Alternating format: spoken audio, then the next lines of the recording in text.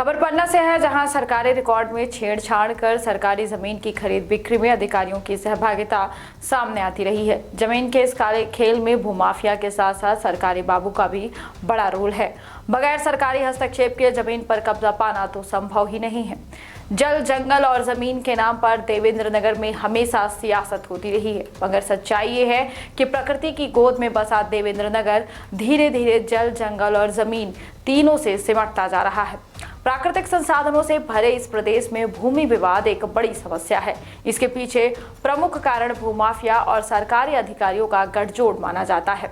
देवेंद्र नगर में बीते दिनों भूमाफिया के खिलाफ आवेदन और फरियादियों की गुहार पर स्थानीय मीडिया ने सरकारी जमीन बेचने के आरोपों से घिरी Arihant Infratech property dealing company के गड़बड़झाले की खबर को प्रमुखता से दिखाया था, जिस पर संज्ञान से लेते हुए तहसीलदार देवेंद्र नगर राजेश मिश्रा के द्वारा कंपनी के नाम पर प्राप्त आवेदनों और खबरों के आधार पर अरिहंत इंफ्राटेक के जिम्मेदारों को नोटिस जारी कर दिया गया था, जहां निर्धारित समय में अपना जवाब प्रस्तुत करने की बात कही थी। इसके साथ ही कंपनी के फर्जीवाड़ा और क्रेता को सरकारी जमीन के अधिपत्य देने का आरोपों पर कड़ा रुख अपनाते हुए कहा कि कंपनी का जवाब संतोषजनक न होने के चलते वैधानिक कार्यवाही के साथ ही प्राथमिकी दर्ज कराने के भी निर्देश दिए जाएंगे। ये मामला आवेदक क्रेताओं के द्वारा थाना और तहसील कार्यालय में अरिहंत इंफ्राटेक कंपनी के खिलाफ जालसाजी के आरोप से रचे आवेदन पत्रों के माध्यम से सुर्खियों में आया।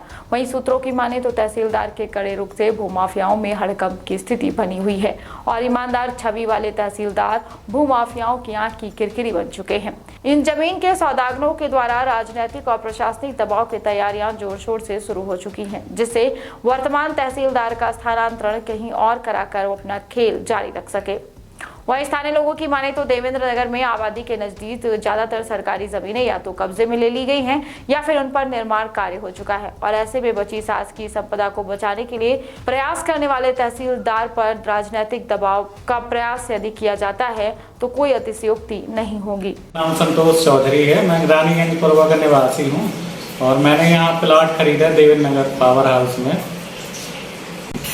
जी, मैंने अरिहंत इंफ्राटेक कंपनी से खरीदी। उनके 4 लोग पार्टनर हैं। उन्होंने बाकायदे मेरी रजिस्ट्री, नामांतरण, पट्टा सब कुछ करा के दिया, लेकिन जो पोजीशन दी वो सरकारी ज़मीन की दे दी। तो उस पर मैंने पिलर बीम तक बेस कंप्लीट कर लिया, लाखों रुपए उस पर खर्च हो गए और अब उसके बाद तहसीलदार महोदय द्वारा स्थगन आदेश जारी कर दिए। अब उसके बाद ये दूसरी जगह देने से मुकर रहे हैं और सामने नहीं आ रहे। इनने यानी मेरे साथ जालसाजी की है, जिसका आवेदन मैंने पुलिस थाना और तहसीलदार महोदय को दिया है। मेरी ज़मीन दिला दी जाए और अरिहंत इंफ्राटेक कंपनी पर जालसाजी का मुकदमा दर्ज कराकर कार्रवाई की जाए।